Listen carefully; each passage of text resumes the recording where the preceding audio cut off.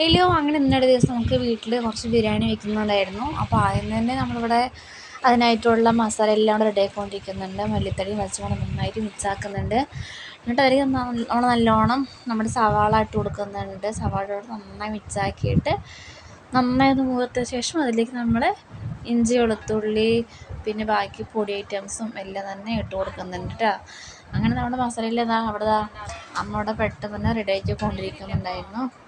അങ്ങനെ സവളൊക്കെ നന്നായി ഏകദേശം നന്നായി ഒന്ന് വാടിയിട്ടുണ്ട്. ഇനി അതിലേക്ക് നമ്മൾ ചേർക്കുന്നത് ഇഞ്ചി വെളുത്തുള്ളി പേസ്റ്റാണ് കേട്ടോ. ഇഞ്ചി വെളുത്തുള്ളി പേസ്റ്റ് ചേർത്തു നന്നായി മിക്സാക്കിയിട്ട് പിന്നെ നമ്മൾ അതിലേക്ക് ഗരം മസാല ഇട്ട് കൊടുത്തു. പിന്നെ അതുപോലെ തന്നെ ചിക്കൻ മസാല പിന്നെ തക്കാളി നല്ലതുപോലെ ഇട്ട് കൊടുത്ത് നന്നായി മിക്സാക്കുന്നുണ്ട്. അതെല്ലാം മിക്സാക്കിയിട്ട് പിന്നെ നമുക്ക് ആവശ്യത്തിനുള്ള കാശ്മീരി ചില്ലി പൗഡർ ഇട്ട് കൊടുക്കാം കേട്ടോ, മുളകിനായിട്ട്. അങ്ങനെ കാശ്മീരി ചില്ലി പൗഡർ ഇട്ട് കൊടുത്ത് നന്നായി മിക്സാക്കിയിട്ട് പിന്നെ നമുക്ക് ഇതിലേക്ക് തൈരും അതുപോലെ തന്നെ ചിക്കനും ആഡ് ചെയ്തിട്ടുണ്ട്. മട്ടൺ ചേർക്കുന്നത്, ആ മട്ടൺ ചേർത്ത് നമ്മൾ നല്ലതുപോലെ ഇട്ടിട്ട് ഇളക്കി അതിലേക്ക് അരിയെല്ലാം നല്ലതുപോലെ തന്നെ ഇട്ട് കൊടുക്കുന്നുണ്ട്.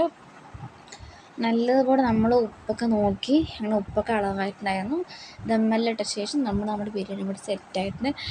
അങ്ങനെ എല്ലാവരും ചേർന്നിട്ട് വൈകുന്നേരത്ത് നമ്മളിന്നത്തെ ബിരിയാണി കഴിച്ചിട്ടുണ്ടായിരുന്നു കേട്ടോ. അങ്ങനെ നല്ല മട്ടൻ ബിരിയാണിയും സാലഡായിട്ട് നമ്മൾ കഴിച്ചു. വേറെ കറികളുടെ ആവശ്യമൊന്നുമില്ല, അത് മാത്രമേ നല്ല ടേസ്റ്റ് ഉണ്ടാവും, പ്രത്യേകിച്ച് കറികളുടെ ആവശ്യമൊന്നുമില്ല.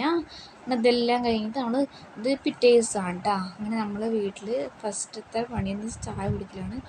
ചായ എല്ലാം കുടിച്ച് കഴിഞ്ഞിട്ട് നല്ല ദോശ ഉണ്ടാക്കുകയാണ്.